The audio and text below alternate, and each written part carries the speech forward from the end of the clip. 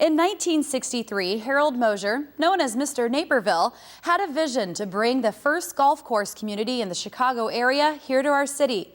A half-century later, Cress Creek Country Club continues to grow with almost 500 members. NCTV 17's Whitney Goodbread took a look at the club's history and upcoming 50th birthday celebration. Harold Larson remembers buying his current home 45 years ago like it was yesterday. It was time for his family to expand, so they made the move from Lombard to a new golf course community he had joined in Naperville. It wasn't perfect. It wouldn't be what I would design myself, but it was good enough and it was better than what I had.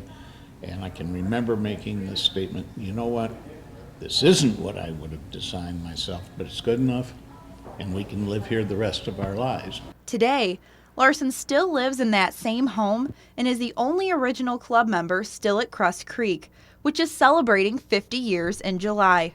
Back in 1963, Harold Moser, who was credited with building over a third of the homes in the city at that time, saw a market for a golf course built into a subdivision because there wasn't anything else like it in the area.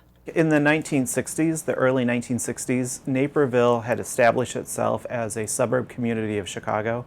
And so, although the people worked in Chicago, they lived and played out here.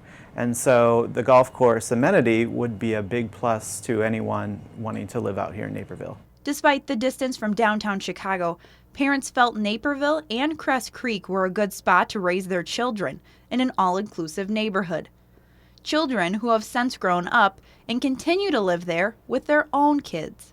We've seen two generations of families come up through Cress Creek, where the mom and dad maybe have come here in the 60s and 70s, and those kids have then since raised their kids here as well. So it's a special place from the standpoint of it being a family club. After 25 years of ownership, Moser decided to sell the club to the members in 1988, who have continued the family atmosphere ever since.